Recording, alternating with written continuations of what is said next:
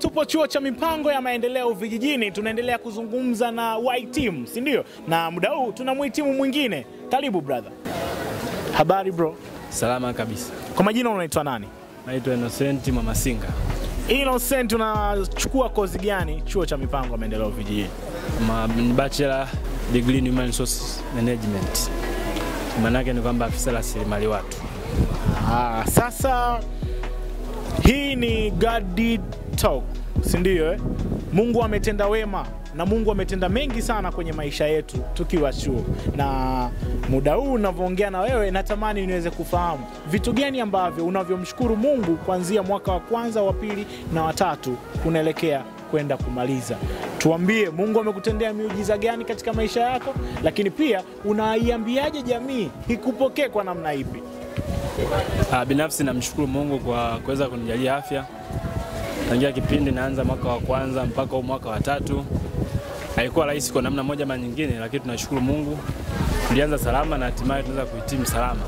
Jambo la kumshukuru sana Mungu. Lakini ushauri hata kwa wengine ni kwamba maisha ya chuo ni maisha ya muda mfupi, lakini maisha ambayo yana changamoto za hapa na pale. Lakini ninachotokea ukiamini kwamba kwenye kila jambo changamoto ndio maendeleo yenyewe. Hivyo wakaribie vioni. Hivyo tu, asante sana. Natamani kufahamu experience yako ile umeshachaguliwa kuja kujiunga na chuo cha mipango ya maendeleo vijijini. Ulikuwa una kitu gani kichwani? Kitu gani ambacho ulichokuwa umekiwaza kwa mara ya kwanza? Sikuwaza vingi, lakini baada tu ya kuja hapa chuo cha mipango, kitu ambacho kilikuwa kikubwa sana kwenye kukiwaza mimi ilikuwa ni namna kwamba nitanufaika vipi na chuo kwenye mambo yangu binafsi. Kuzingatia ni mwanafunzi ambaye nilikuwa na kipaji.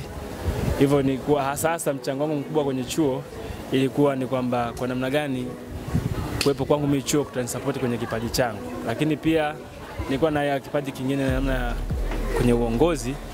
Pia nilikuwa nakitegemea sana chuo kwamba kwa namna ipi sasa kinaweza kanibeba kutoka sehemu moja kwenda nyingine, hasa kwenye hii kalama ya uongozi. Na pia namshukuru Mungu kwenye mazingira hayo nimeweza kuwa.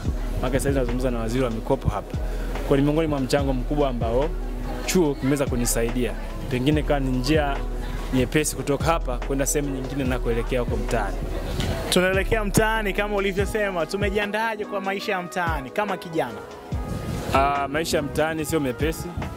Ni maisha magumu, lakini kama wao ambao walikuwa wamemaliza wameyakuta na wameweza kuyamudu, sisi ni akina nani? Kwa tunachokiona hapa ni kwamba utakuwa ni ugumu ambapo tunakuwa tunaanza, lakini Mungu ni mwema na Mungu ni wa wote. Tunaamini tunaweza tukazimudu hizo changamoto, tutakabiliana nazo na hatimaye Mungu atatusaidia, tutazifanikisha inshallah.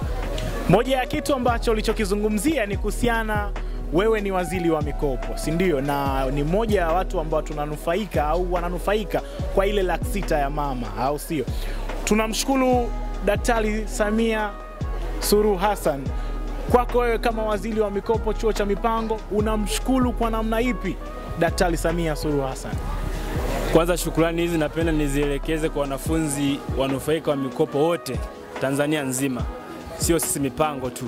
Kwa sababu ongezeko la fedha kutoka shilingi 8,000 mpaka shilingi 10,000 limeweza kutusaidia sana wanafunzi. Na kutusaidia katika mambo mbalimbali, hususan maisha hapa na pale ya mtaani, maisha hapa na pale ya vioni. Lakini pia zinatumudu kwenye namna ya kukizi baadhi ya kosti mbalimbali ikiwemo ada. Kuna baadhi ya viwango tunavifix kwa kutumia fedha hizi. Kwa hiyo ongezeko limetuboost sana na wanavyo wote kwa ujumla tunampenda sana mama, na kwa hiyo alilofanyia sisi kama wanafunzi wake, inshallah Mungu akitusaidia, ukizingatia tunaelekea kwenye uchaguzi, basi kwa hii sadaka pia naamini wanafunzi wataenda kuitumia kwa namna moja ama nyingine, pengine kumuongezea kiwango cha miaka iliyobaki. Asante sana. Hii hapa ni God Did Talk, tupo chuo cha mipango ya maendeleo vijijini. Mimi ni rafiki yako wa dhati sana, naitwa Clever Nilan. Siku hizo wananiita Mipango Icon. Tunaenda kupiga tena story na watu wengine.